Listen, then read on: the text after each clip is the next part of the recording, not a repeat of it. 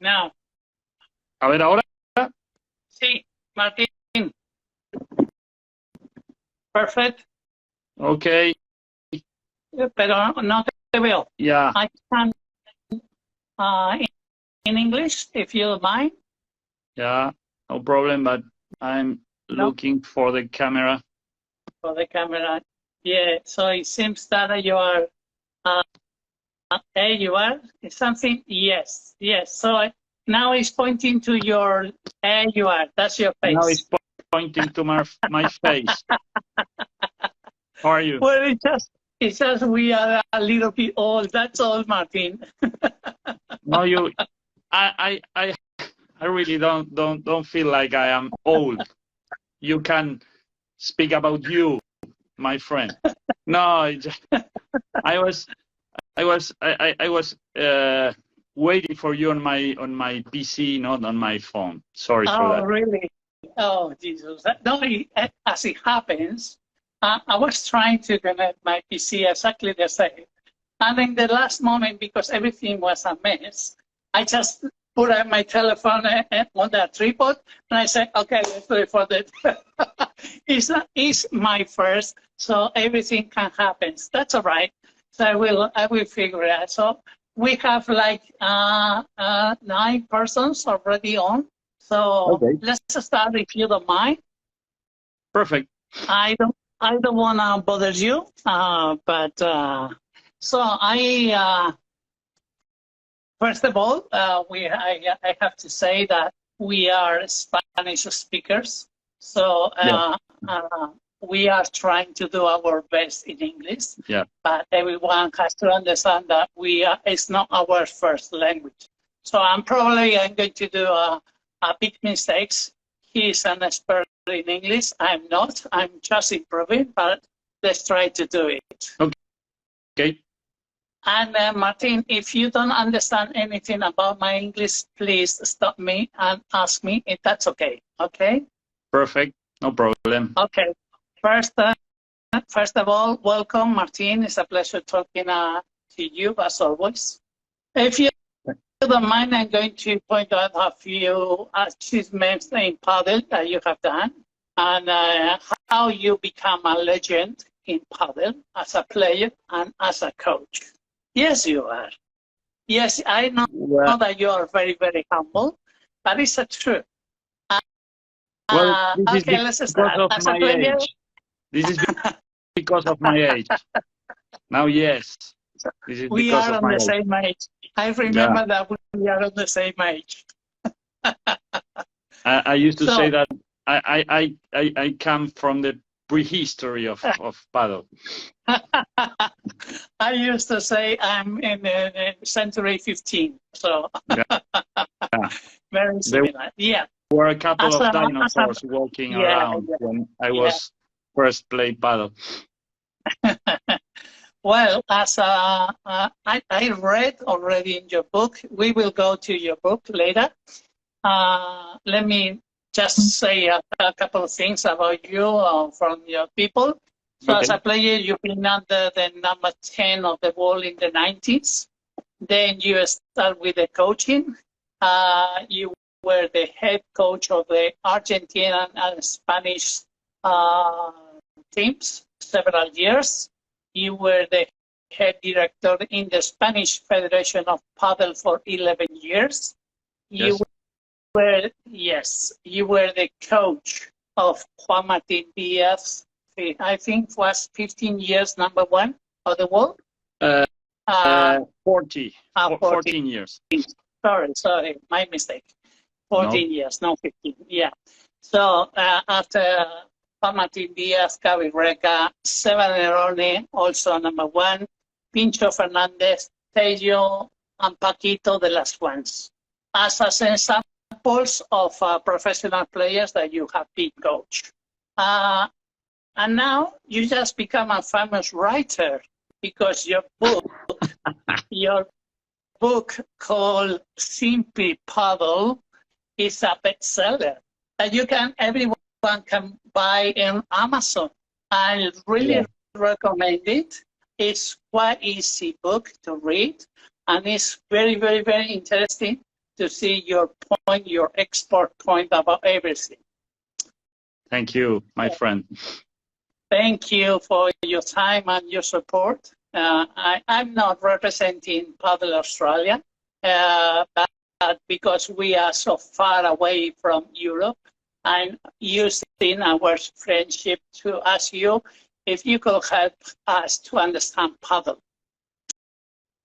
So, yeah, there are 3 blocks or aspects that I will discuss with you, if you want to say. Okay. Which are your coaching of professional players, your coaching of coaches, and the future of paddle. So I'm going to make you like several questions of every single of these 3 blocks, but it's going to be very, very crazy thing like everything that I do. That's all right. No problem. Okay, let's start with the coaching of the players. So I just heard that you are not going to keep training Paquito and Tello this year, but I hope I can answer, you can answer some questions about them if you don't mind. No problem. Okay, no problem. Go ahead. First, why are you stopping coaching these 2 guys? Well, you know, the circuit, the tour right now is kind of a madness of traveling around, and I don't feel like being out of home. And you know, I used to say that there is a life beyond paddle, and I have my family, and I also have maybe the second part of this interview is about coaching coaches, and this is my main activity, or at least the activity that I love the more.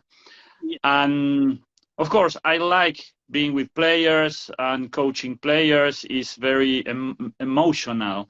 It's a very emotional part of my job. It's very fun, but it demands a lot of time. So the last 3 months, the last term of the year, I was kind of 6 days only during 3 months at home, and doing my working on my other responsibilities. And this is not what I want for me at this point of my career. That's the main reason. Yeah, I really can understand you. That always happens with the coaches, so it's a hard life. Everybody just watching us with the famous or the fancy players, but they don't understand that after that, or behind that, is a big effort, big time that you have to be away from your family. So it's so hard. And mainly you have to quit another things, and you have to choose. And well, I'm choosing. Yeah. Okay, let's keep going. Speaking, what do you think is, if you don't mind, I can make you some questions about that. Okay, lovely. First, what do you think about is going to be their goal for this year? I mean, aspirations, real aspirations in World Padel Tour? Well, look, nobody knows about this year, what is happening about this year. It's you know, right now the players are sharing two different calendars, 2 different tours, and I don't know what is going to happen this year with the World Padel Tour or Premier, or even the third circuit, that you know, that the APT Tour, which has now a different name. And of course, I would love, what everybody would love about this is an agreement, a general agreement. But you know, different people has different goals, and this is going to be a little hard to get a general agreement about this. So this is going to be a decisive year, I would say, a definite year, because I think this is not going to be possible anymore. Another year like this. So I don't know which is the solution. Going to be a madness, whatever. Okay, let's keep going. So speaking about Paquito, playing on the left or on the right side on the court is completely different. How was the transition of Paquito to the right side? What aspects of the game change or persist? Okay, well, actually, you know that Paquito, when Paquito reached the number 1, they did it with playing with Juan Lebron. And Paquito played on the right side during some parts of the matches. So this is not that new for Paquito playing on the right side. First of all. Second, Paquito is a very is a player, a very I would say a very complete player. If we talk about technique and tactics, so he really can play on both sides. Of course, it's not the same. You know that it's easier playing on the left side coming from the right side, and it's not that easy playing on the right side if you come from the left side. But but Paquito, I think that Paquito is going to do this very good. You have to think that we didn't have any time to practice because they shift their couples on the spot during the last part of the tour. But I think that he right now, this month, for example, on the preseason, he can practice a couple of things to adapt.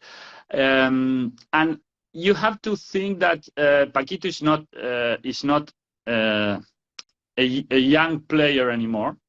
He knows it. He knows it, and it's totally reasonable when a veteran player on the left side thinks about changing or shifting to the right side. So this is another thing to take into account.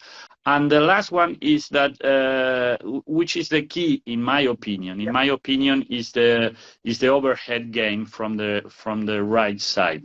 I think that Paquito should keep on playing aggressive with their overheads. I mean, using the viborita. You know, the viborita from the left side is very good, but he should think about doing the same on the right side. It's not that easy, but I think that he can.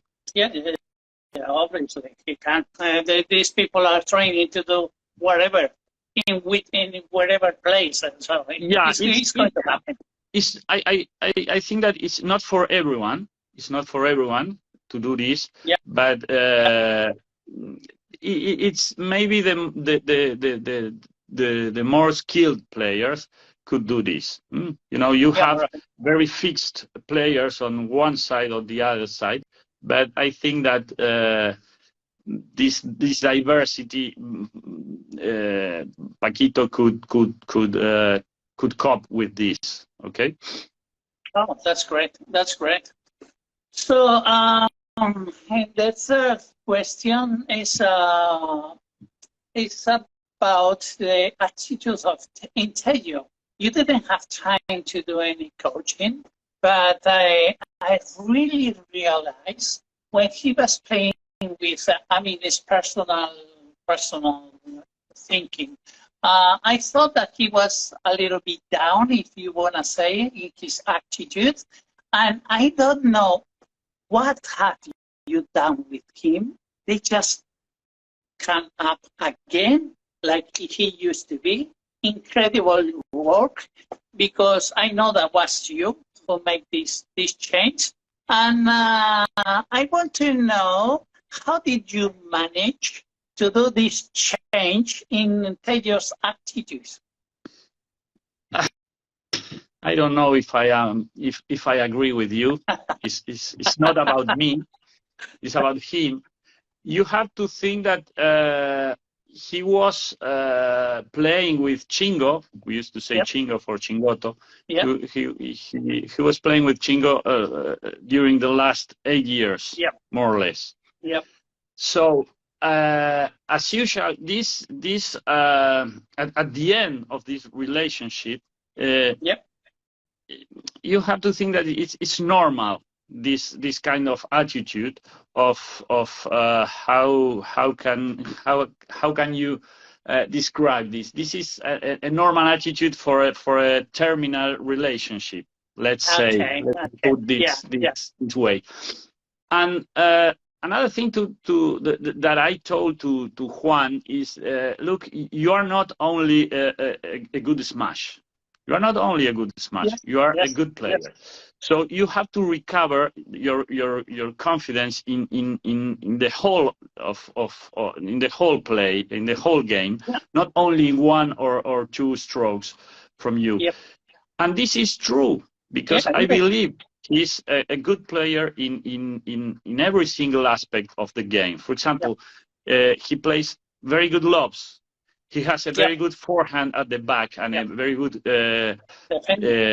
backhand also, and of course the volley, and he reached a lot of field on the net, and he's a complete player.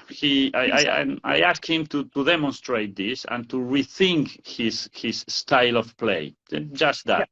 And you know, just that. Yeah, but and you have to add that Paquito, a top player, called him, and this is a booster for him, and a new situation and new goals, new motivation, and so on. And it was easy for me. Yeah, you do this. Lovely. So let's keep going. I am coaching some players for whom their head is a weakness. I have one player in particular who has problems in managing his emotions on the court. Do you have any recommendations on how one can deal with it from the player and from the coach perspective? No. No. Well, you have. I'm sorry for you, and that's it. Yeah. No, look, we are all individuals, so each case is a different world. It's completely.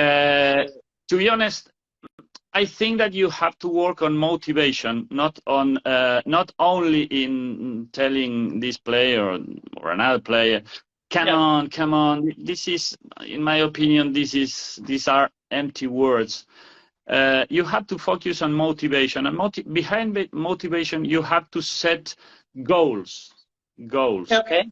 Because if not, only the come on, you are the winner, you are. These are empty words. This is only saying things, but not about working on goals. And I think that if you have to motivate, you have to address your mind to one or two or three goals, specific goals, and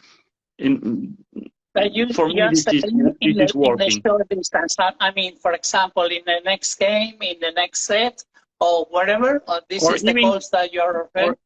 Or even during the season. Okay, you have to reach this position on the ranking. Focus on that, and you have to win this match or these matches, specific matches. You have to work on this, not in abstract things, but on objectives, goals. concrete. Okay, I understand. I get your point. Yeah. Okay, let's keep going. Now, referring to the technical advice during a game, we know that sometimes working with people who has strong personalities can be problematic. For example, if the player doesn't agree with your advice, what can you do even if the player doesn't want, even if the player doesn't want to listen to you? You know what I mean?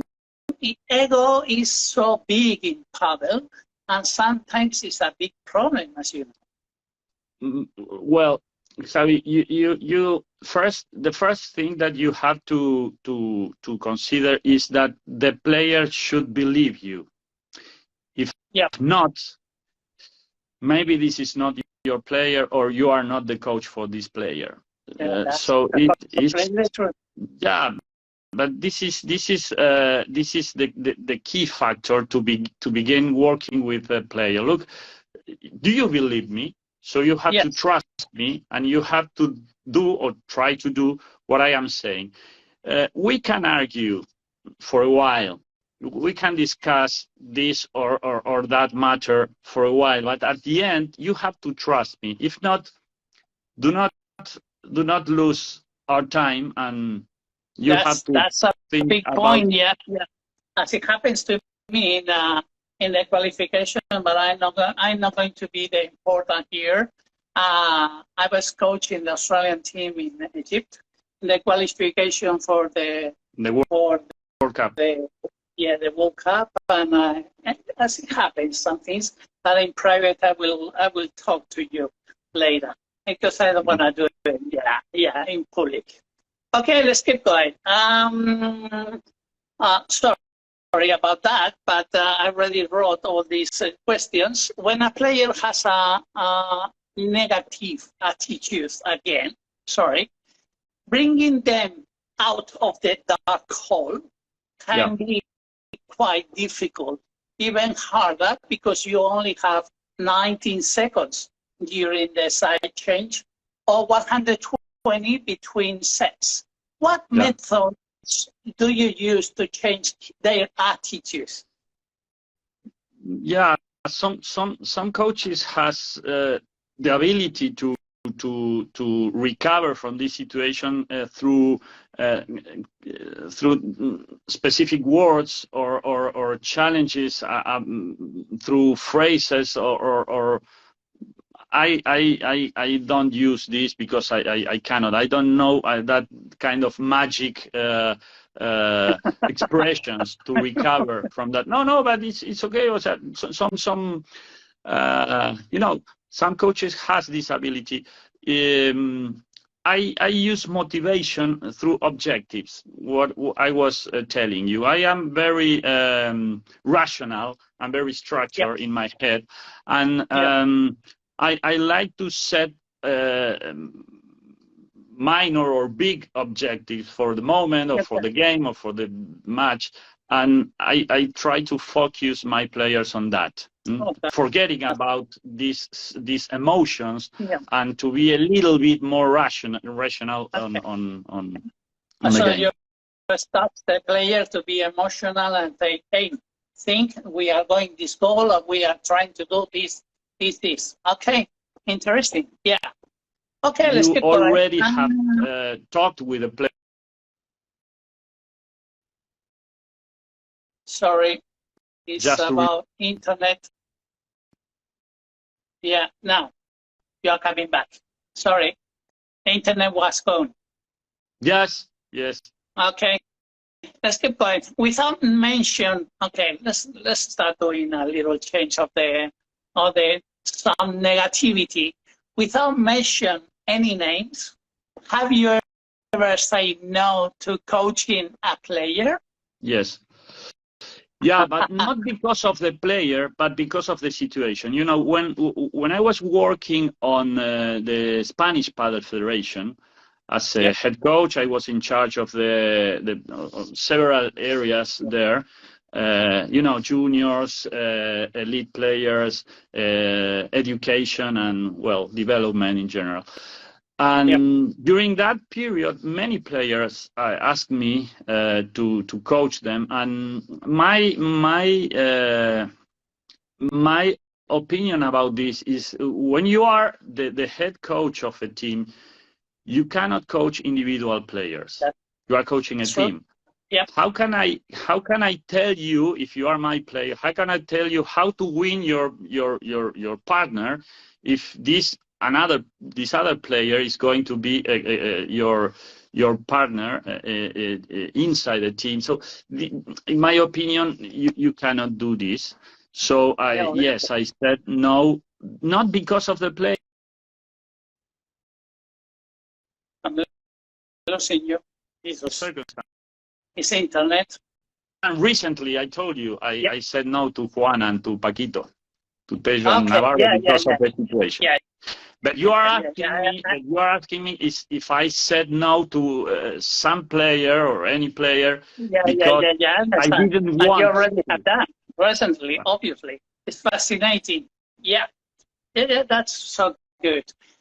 I would like to hear from your expertise as a teacher of coaches, even after being coaches from you, because as you know, I consider you as my mentor. And also I want to know you, obviously after 15 years that I know you, I want to know your point of view teaching people how to teach and coach. Okay? So you have developed a great course to instruct coaches with an American school called PCR. I hope we can work together in the future. You're being part of the association. For me, it could be an honor to keep spreading your coaching methods, as I'm doing actually in Australia. Okay, it would be great. Yeah. Okay, number 8. I know the answer of this next question because you already taught me a few years ago during the great coaching courses that I met you. But it relates to the importance of games to help learning. As I'm still using plenty of your exercise, but when teaching the basics of paddle to adults, do you think coaches should prioritize having a good time or focus on learning the techniques? Nice question. Why this coach should choose? Why not doing both things at the same time with the same tools? You know, okay. Look, I will answer you asking you a question. Yep. Look, you have a drill A and a drill B, okay? Yep. You have 2 drills, A and B, and both drills are very good, and you can get your objectives, your goals through both A and B. But drill B is a normal drill, and drill A is also a very funny drill. What would you choose? A Definitely or B? A. Obviously A. And that's B. So the coach should think about designing drills or choosing drills which are at the same time good for the proposal of the lesson, and also funny, because what do you think our students, our players are coming to do to our lessons? Look, definitely. I will tell you a story. 30 years ago, more or less, I was on a symposium in Argentina, a tennis symposium. And there we have the mentor of almost any coach in Argentina, tennis coaches. His name is Jerry Waterboard, and he was a very good, a very renowned coach in Argentina. And he told us something that I still remember because it was very, very powerful. He told us that people and players and our clients, our students come to our lessons to be happy, and that's it. That's right. It was incredible for me. And the funny part of this story that, you know, on the PCR, which you already mentioned, the Padel Coaches Registry, which is let's say a brand under the umbrella of the Professional Tennis Registry, which is based on Hilton Head on the USA. One of the clinicians on the PCR is the son of Jerry Walter-Boer, is Julian Walter-Boer, and he was on my courses last year in Miami. And you know, we during our life of coaching, we can close the circle. Okay, this story started with his father, and now we are working together with the son, with Julian. And you know, coming back to your question, which thing do you have to prioritize about the game or the learning process? And I tell you again, both at the same time. Yeah. Even if you have technical problems with several other students, that doesn't change the way of techniques, you know what I mean? Yes. Some people, you know, being coached for other coaches, they didn't coach perfectly how to do it properly. So if you do a game, they are going to still doing the wrong movement. So, yeah. So you have to change the drill or the game in order to focus on the mistake, if you have a mistake, a technical mistake. But you have to imagine, it's in the head of the coach. You have to keep on imagining new ways of doing things. Of course, this is not effort free. I mean, of course, you and your students should work hard to improve. Okay. Yeah. But why not doing this the funny way? Yeah. Or at least you have to try. The best way. It's the best way to learn everything. See, if you are smiling and laughing, better than the suffering. That used to be the tennis coach several years ago. I mean, when I was young, at least.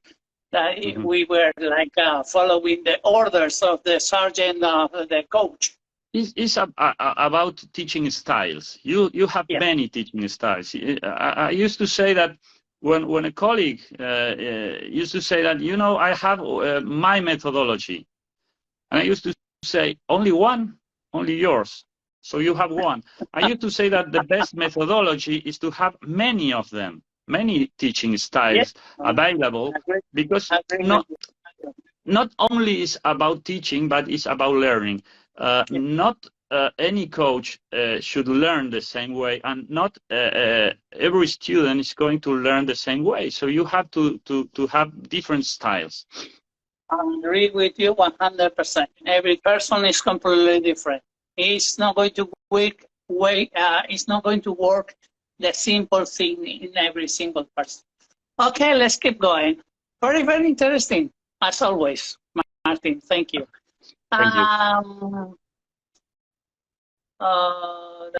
We were okay. Now, which aspects should be focused when you are training junior players who want to give the jump to the adult competition? A clear example could be Coelho. His improvement was amazing. But which things, I mean, it's not the same a player of 17 years old that he's going to try to jump to the, you know, the seniors games. Which things do you think that has to be improved or focused? Okay, this is an easy answer. Look, you have two things in general, and speaking globally. You have two things, the results and the process. Okay. Of course, it's supposed that after a good process, you will have good results.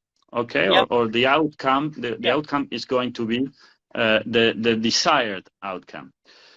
It's not always like that, but in general, you can think about. When it's about juniors, you have to focus on the process, not on the results.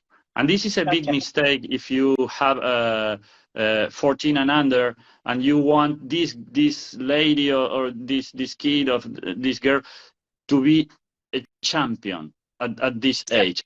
At those ages, you have to focus on the process. And then when these players reach the adult phase of the game, when they are inside the elite, I mean elite when I am talking not about juniors, you know, then you have to focus on the result, not always on the process. For example, if you have to change a grip on elite players, it's very hard, because it demands a process, but you need the result. You need the result right now, now. So with juniors, you have to focus on the process. And you mentioned Arturo Coelho, for example. He's now on the elite players. He let's say more or less he ended with the process part of the global paddle, okay?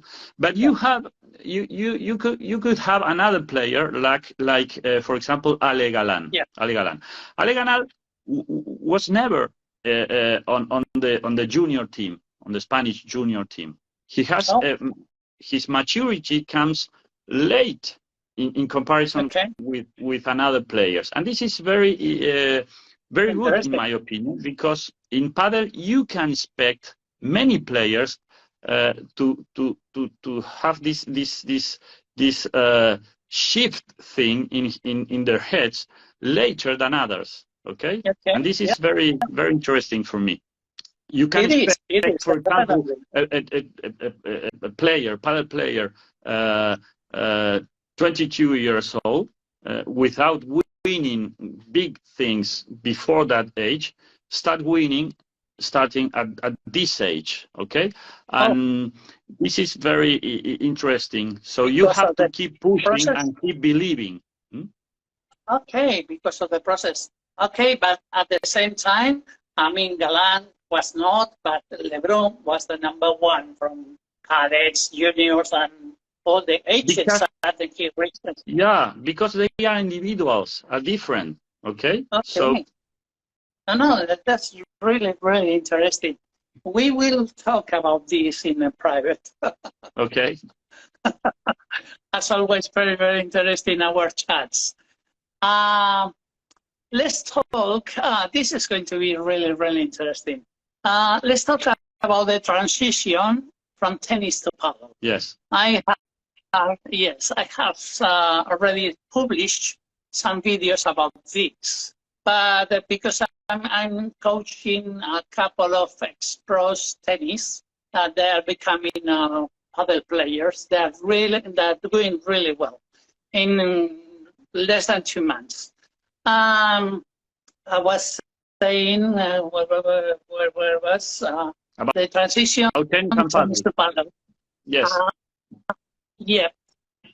But it would be great if you could give us your opinion about this transition, because it's sometimes so hard, because a lot of tennis players doesn't understand that tennis is completely different than paddle, and they are still hitting the ball hard as they are playing tennis on a paddle court. So they are making a lot of giving a lot of presence to the opponent, and giving opportunities. Which are the key areas that a coach should be focused to change this? Do you think? What do you think? You have several methods to work with this. One is my method. You know, I was a tennis player, and I suffered on your first course. I remember that. Okay. And you know, I used to say that I am like in karate. I am a black belt in committing mistakes. I am a black belt in committing mistakes, and my method was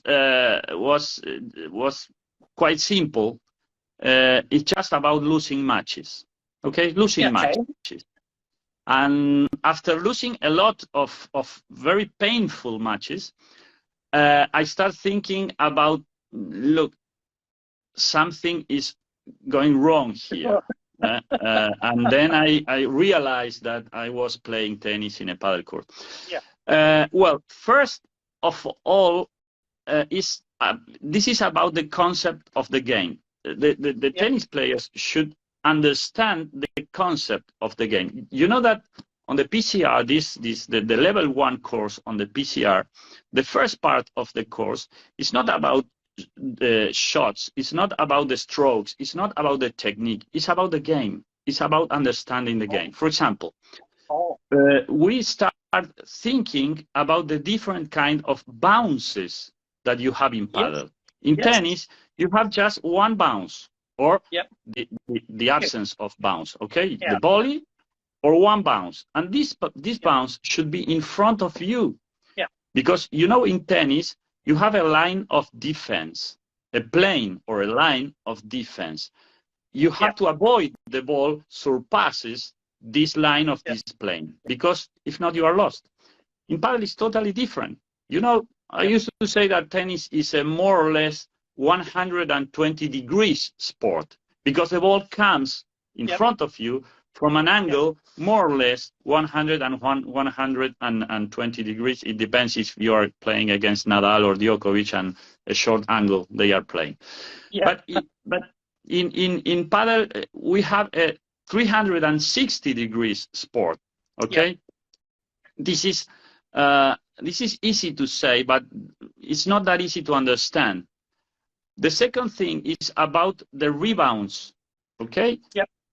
In tennis, you don't have rebounds. In paddle, you have rebounds on the walls or on the fence or on two walls. So you have different kinds of impacts. I used to say that in tennis, you have maybe one impact with this, which is I used to say the collision impact.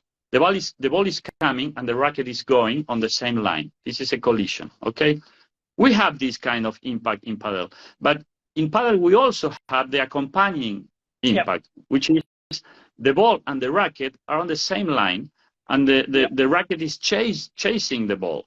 So this is not that easy to understand, and also this is not that easy to practice. If you put a tennis player on a paddle court the first time, it's going to be hard for him or her to impact an accompanying impact, to understand. That's why they avoid the walls, because it's not that easy. We used to say, when I started promoting paddle as a player, of course, it was my aim, like my colleagues, to promote paddle. We used to say that the walls were an aid if you are going to play paddle. And it was we were lying. The walls are enemies at the very beginning, and then you have to practice, and then they become friends on the future, but not at the beginning. So and then you have a third kind of impact, which I use to say the crossing impact, and which is, for example, when the ball comes from the lateral wall, the ball comes out from the lateral wall, and it's going to your belly. Okay, it's approaching your belly. You have to hit a ball, which and the trajectories of the ball and the racket are crossed. So this is not that easy. Okay, so these kind of impacts are not present in tennis. So that's why we included in our courses to understand the game. It's the same with the grips. Why we are not using the same grips? We used to say now we are using the Continental, and this is not that easy. A paddle coach should understand why we are using the Continental, and even why we are using the Eastern grip or the forehand and for the backhand, and even Why in tennis they are using this kind of grips, and in which part of the tennis history they used one or another of these grips. So understanding this, you are going to understand the game, and this is the way, I think that this is the easy way to shift from tennis to paddle. Yeah, obviously, and having a good coach that can explain you all these questions. But it's because here in Australia we have plenty of tennis players. They start playing paddle like 7 years ago. They start playing paddle, and I was lucky because I could coach several of them. But other ones, oh Jesus, it's so hard to make them understand that sometimes it's better if you just slow down a little bit the ball, because you are hitting too much. I mean, I always going to remember my first course with you, that you just baptized me as a tennis player, put me as a sample and say, okay, let's see the tennis player volley. I used to do surf and volley my whole life. I just jumped into the court, I was killing the ball, and you, without doing one step, was returning on my balls without any effort. Oh, I will never forget that. And this is why I say now to my students, okay, I'm fat, I'm old, move me. Move me. Well, that's why I recommend my first method, my master method, is about losing matches. This is a good method too. No, they're becoming really experts, and because they're not really into the training, so I mean, in Australia it's quite hard because it's a long distance. So if you wanna train people from Perth, 5 hours flying. Yeah, you know that my cousin is living in Adelaide. Yeah, and he's a good player. He's a good paddle player. I want to meet him definitely, and in Melbourne, I will look for him and I will play with him. And so it was really hard to do some trainings before but with some time now is taking care of the Paddle Federation. We will go Tennis Australia, so I think everything is going to change and it's going to become a little more professional. They were trying to do things, but I mean, without money and without this long distance was hard. I really can't understand. But let's keep going, okay? Yeah. So,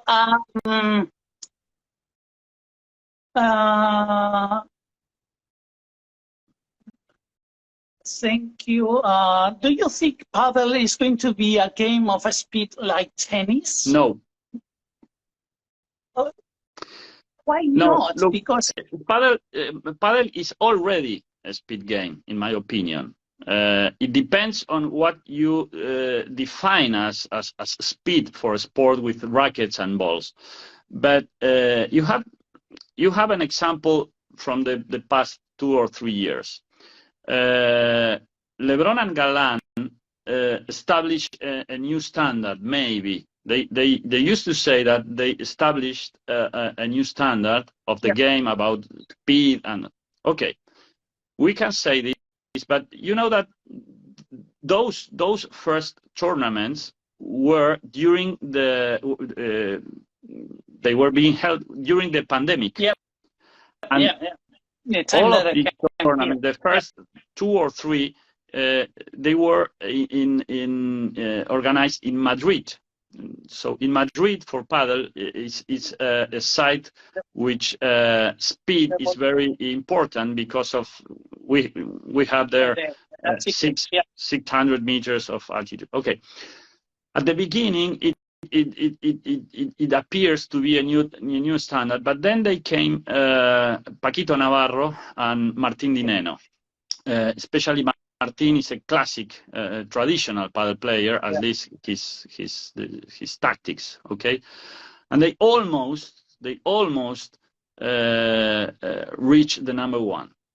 So this is this is good for paddle. I mean, you can play at a high speed and you can win a lot of matches, but also at the same time and in the same court, you can play lobs and you can play a solid defense using, for example, lobs or spins or the walls, using the walls to slow down the game. Yeah. So that's why I'm telling you that the paddle is not going to become, like tennis, a very powerful, not speed, maybe a very powerful game. It depends. It depends. I think that in paddle we can still have, and living together, different styles of play. Of course, Control, you know, in tennis, speeding, no? if you have in tennis right now a good serve and a good forehand, it's not all about having these two strokes, but if you have these two strokes, very powerful strokes, part of your job is done. In tennis, in paddle, is not this way. At least I think it's not this way. Mm-hmm. Because, for example, a need for a good paddle player, first need for a good paddle player is to play very good lobs.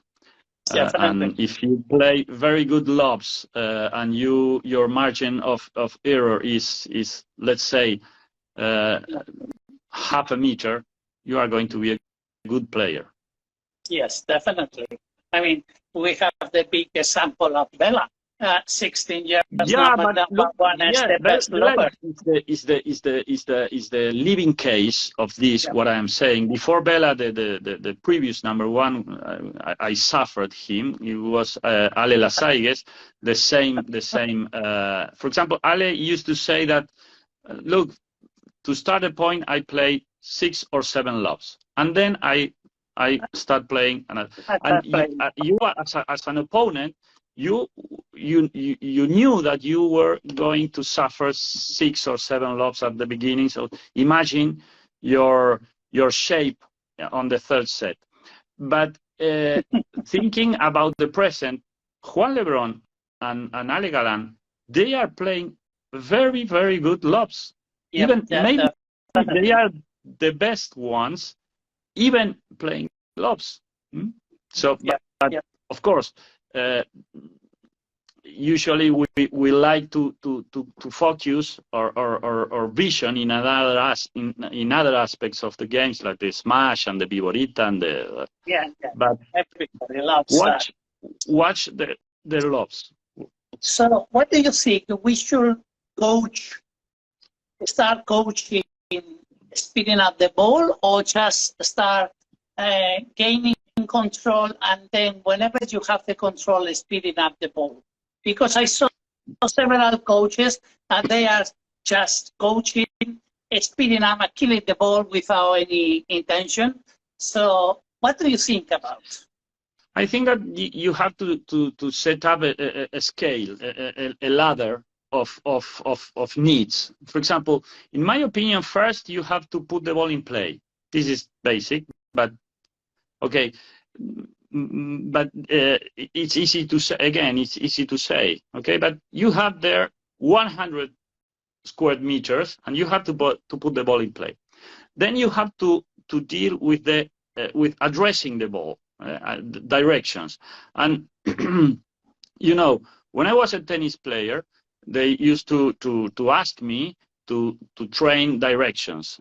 Okay, down the line and cross court. In paddle, it's not that way. I mean, it's not about only down the line and cross court. This is obvious, but also low balls and high balls. I do not make a difference in playing to the right, to the left, or playing high or low. In my opinion, is about controlling any directions. Okay. So the third step is about depth. Okay, you have to control depth. Different from tennis. In tennis, depth is about more depth. Depth. Okay. In paddle, is about any depth. Okay. You have to play to the fence, and then you have to play a shorter bounce, and you have to get the corner, and then you have to manage another length of the bounce. And this is the third part. I used to say that if you control these three ladders, these three first steps, putting the ball in play, addressing or managing directions, and then the depth, you are an elite player. And then you have two more, which are the fourth one is the spins. You have to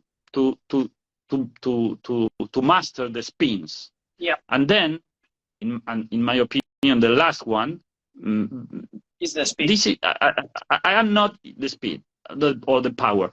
I am not saying that this is not important, but I am telling you that you have previous steps to get. Yes, I agree with you 100%. I agree with you.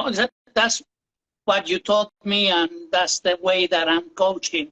I try to first, you have to control, you have to know wherever you are going, what do you want, and then at the final step, you can increase the speed in several times. Okay, let's keep going. As a head coach that you've been in both countries, Argentina and Spain, do you think is there a specific way to play that can define one country or other, or is a mix? Well, at the beginning, let's say 20 years ago, yes, we could define two styles of play, but not because of the player, because we had a school in Argentina, another school in Spain. It was because of the surface. The surface. You know, in Argentina, we used to play in cement surface. Okay. And in Spain, from the very beginning, they play, and we used to play in grass, in synthetic, no, in the carpet of synthetic grass. So by definition, the style of play would have differences. For example, the lobs. For example, the spin on the volleys. Okay, in Argentina, if you haven't a decent lob, you couldn't play because of the surface. Any smash would be point because of the bounce of the ball. Even the service, no? Because I remember someone told me if you see a guy putting your arm really high, this is Argentinian. Because of the spin. Because of the spin, and you know, even we had a different rule for the serve. The rule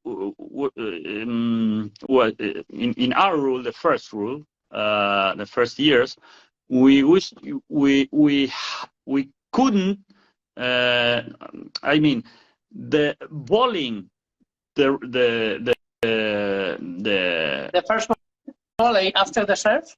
No, the first bowling after the return, it was forbidden. So you have to wait the bounce after the return. Okay, so the serve and net, serve and reaching the net was not possible. Okay, so this, but in my opinion, the main difference was the surface, But we are talking about 20 years ago. So you were doing the serve, and then you have to keep back, because if they return, and come to the net. So your serve was not about serving and reaching the net. It was about returning and reaching the net. Oh, that's really interesting. Anytime I want to play with you with that and see what's going on. Okay, let's keep going. Look, it's a good drill to understand the game, the actual game. You know about modifying the game to understand some aspects. At the same time that you were telling me, I was thinking to do this exercise tomorrow. You and I have two trainings in the early mornings, and I say, oh, let's do it and see how they develop these skills. So it could be really, really interesting. No, I'm going to try. I will tell you what's going on. Okay, Uh, uh, in Spain and Argentina, paddle now is more popular than tennis, and each sport has its own federation. But that's not happens in all countries. You just returned from Milan this weekend, and I know that you have done plenty of coaching around, and we learned that Italian paddle is joining, already have joined the Italian Tennis Federation, and the same thing happens here in Australia. Why do you think that happened this? Do you think it could be a way of controlling the growth of the new sports? I know that you don't like to answer this question, but I'm touching, No. and it's going to be problematic for me because they are going to say, "Oh, tennis Australia." Yeah, I just wondering, it's just talking. I'm old enough to and that's why I don't have any fear about answering these kind of things, because I think I am beyond this. Look, more than this, the Italian Tennis Federation, the Federazione Italiana de Tennis, is changing its name. Now it's Federazione Italiana de Tennis and Paddle. And paddle, wow. Italian Tennis and Paddle Federation. So that's you can imagine the power. Yeah, you can imagine the power of paddle. I used to say, Javi, that behind these federations, like in England you have paddle inside the tennis federation. In Norway you have I working with the Norwegian Tennis Federation. In Italy, in France, and in Australia, in many countries, but also you have very important countries, Spain, Argentina, Portugal, which have an independent federation. Which is the best scenario for us as paddle? I don't know. I used to say that behind this federation, these federations, you have human beings. Definitely. Okay, so with all the good things and with all the bad things about having human beings, it depends on the goal of these human beings. Okay, they are individuals, and it depends on the target that they are pointing. But I can tell you something. If you have one federation, any tennis federation in the country, you can choose the country, okay? And this federation is thinking about controlling paddle by having paddle inside the federation. They are mistaken. They are mistaken. It's a big and a huge mistake.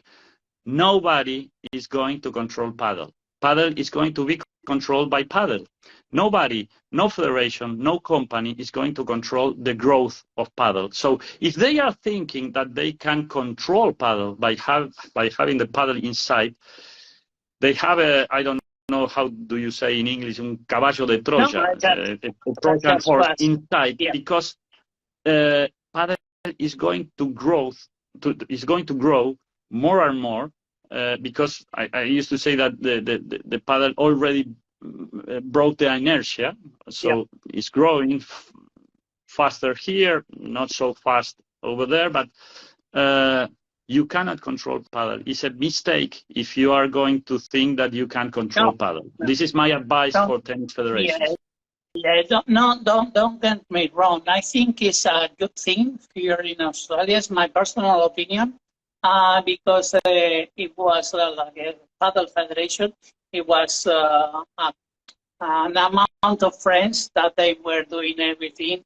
Even they were paying the tickets for every tournament, blah, blah, blah. So now it's taking care, now from the 1st of January, it's taking care Tennis Australia. And even they just start doing a big tournament It's going to happen next week in Melbourne at the same time that the Open Australia. So it's going to Great. be a big Great. push for everything. And so I'm quite happy. But let's see if they want to do it professionally, or let's see how they do everything in Australia, because it's, you know, it's just different way in several things. So I don't know what is going to happen. At the beginning, I know that they are not doing, how do you express? They are not listening to the professionals. Nobody talked with me, for example. I'm the, as you know, the international coach, and nobody talked to me, and nobody asked me. Even as it happens, here in Australia, nobody knows that I was coaching players from the First Division of Madrid, when Prepo Padel blah, blah, blah. So I already spoke with several people, but, you know, it's just cancel the information, and, well, it happens. Let's keep going. The important part is you. But my advice is you don't have to take it the personal way. Yeah, because that's what I'm doing. That's what you I'm have doing. to keep on working. Yeah. It's going to happen. As you know, it's the way I am, and next week I'm going to international to do several things outside here. I'm really happy to keep doing, and we will talk about PCR for Asia in the future, in the near future, because I want really to keep doing your method that I know this is working definitely. Let's keep going.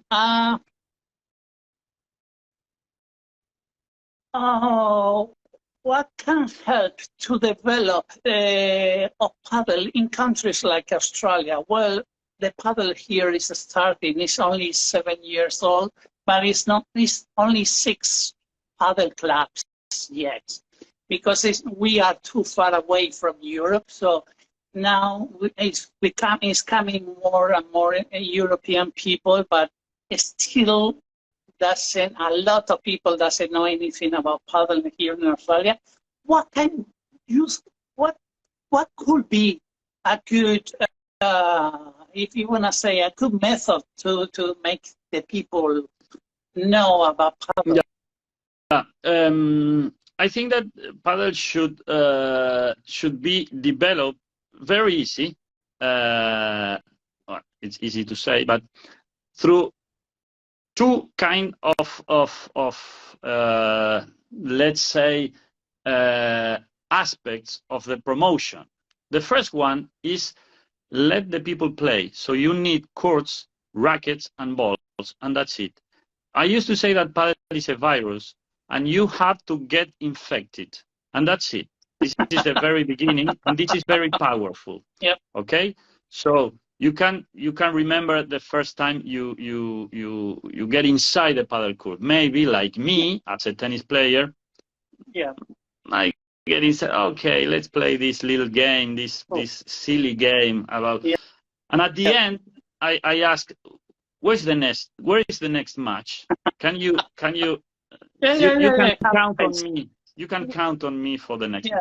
Yeah. So paddle is about, first of all, people should play. This is not, in my opinion, you're not going to get people playing paddle just by watching videos on the TV, on YouTube, internet, and so on.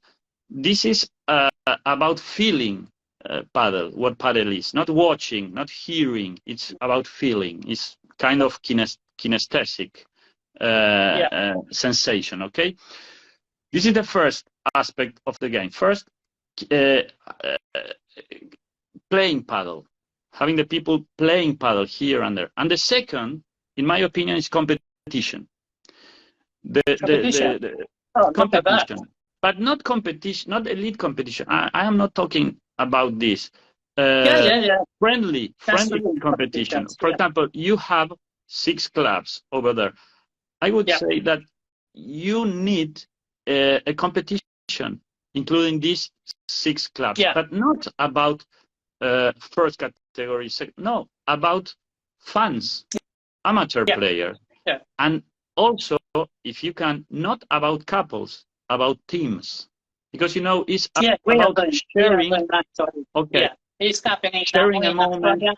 sharing a journey, sharing a trip to another club, to another city together. Yeah, yes, And you know about the beer at the end of the match. And, I used to say that they should include under the rules the beer at the end of the match. The beer, Okay? no, well, you don't know, but in Australia you need a special permit to sell beer. So some clubs, they have the possibility, other clubs staff. Okay, change the beer to I don't know, a Coke. A Coke. That's okay. That's okay. Okay. Finishing with something a little bit more personal. Look, sorry, Javi. I am reading here. Padel coach Francesco from Norway. Okay. A great coach from Norway. Yeah.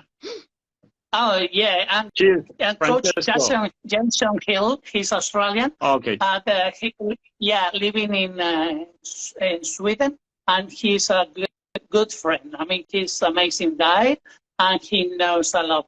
He loves paddle, so we were talking about paddle. He also loves he also loves the beer because of the icon. I hope so. I mean, he's Australian, so. Okay, finishing with something a little more personal. There's a couple more questions. Which has been your happiest day in your career? I really don't know. I really don't know. Oh, wow. Because, because, you know, look, different from a play. I was a player, maybe. Yeah, I was a player. But I used to say that I really feel like a coach, not as a former player. I really feel like as a coach. And, you know, I really like, you know, I really like education. And this is not a momentary process. This is about a more longer project process. So I can identify a moment, a day in my career. For example, I can tell you that I am very proud of those 11 years in the Spanish Padel Federation. I really feel good during these 11 years working for the development of paddle. So instead of telling you a moment, a day in my career, I would say that I love working as a coach. Yeah, me too. So it makes us happy if you want to say, I return home if my student just start doing a proper backhand or whatever. Just it's a happiest day and that's it. So it doesn't have to happen, you know, that you win the tournament or the, you know, whatever. Yeah. Okay. Let's keep going. What? This is going to be a little bit weird. What's the strangest thing that a player has asked you from you as his coach? I mean, for example, just a little example. One player, I remember, he asked me to borrow my paddle shoes in a tournament because he loved my paddle shoes. And I said, "Can I borrow?" And I said, "Oh," I was really shocked, and I said, "Oh yes, of course." So was really interesting. Weird. Look, well, I will tell you a story, a short one about. It's not that weird. It's not that weird, but it's maybe it's rewarding. Instead of that, it's rewarding. You know that my friend, he's my friend right now, Seba Nerone, which was number one. Amazing champion of the world. I used to say that he's the best player I ever coached. He's a very good player for a coach like me. I Actually, we are. sorry. I always say that he's the guy who taught me how to defend on a paddle court. Definitely. Amazing. Yeah. Well, Amazing. there you have number one, and he was a master on defense. Okay. Yeah. And lately, past year, he asked me, because he's the coach of the twins, the Sanchez Alayeto twins, and he asked me to replace him, to be his replacement, because he couldn't make the trip on South America and Mexico, and he asked me to coach these two ladies, which for me was a pleasure and an honor to coach them. And well, this was my player asking me to coach his players. Okay, maybe it's weird. Wow, that's really interesting. Okay, let's finish. This is going to be interesting. What question would you ask to our next guest without knowing who is going to be that person? Okay. I'm going to ask you. I'm going to ask you for two questions, because I'm not going to. I mean, I know that who is going to be the next person is a World Padel Tour player. I want him to share with us his experience as a World Padel player, and I was lucky because I helped him with his technique a few years ago. So and, it's a him. Pardon? No, it's a he. It's not a she. No, it's a he. Yeah. Okay. Oh shit. I'm sorry. Sorry. Yeah, I make my mistake. So yeah. Well, so in this case, it's a he. Okay. So could you please make me one question for coach and one question for a player? It's going to be recorded, and I'm going to make this question to him. It's easy. It's the same one for both, because it's a difficult one. Okay. Okay. Give me one reason, and just one reason, not to play paddle. Oh, Jesus, so hard. It's so hard question. Easy. Wow. Easy. Wow. I think I know what he's going to answer, because... Sorry, Javi. You answered this question. Give me one reason not to play paddle. Come on, now. Not to play paddle. Because of my back? No.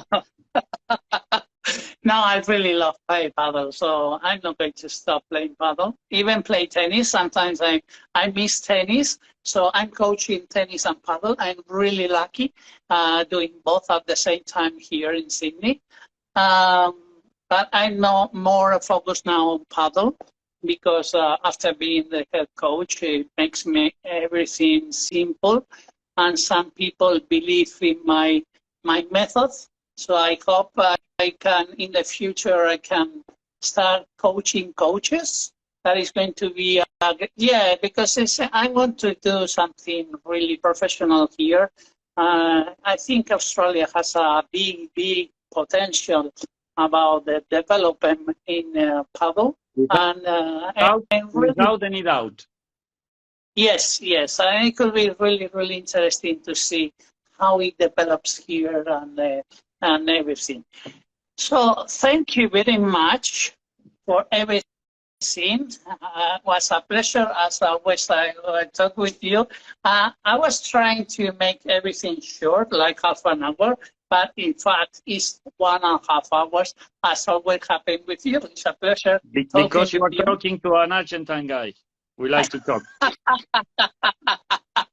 We will. I mean, from the beginning, I think we will just talking about technical things, tactical things. I love the way that you are coaching, and I was learning a lot from you. This is why I keep saying that you are my mentor after all these years, 15 years, I think it happens.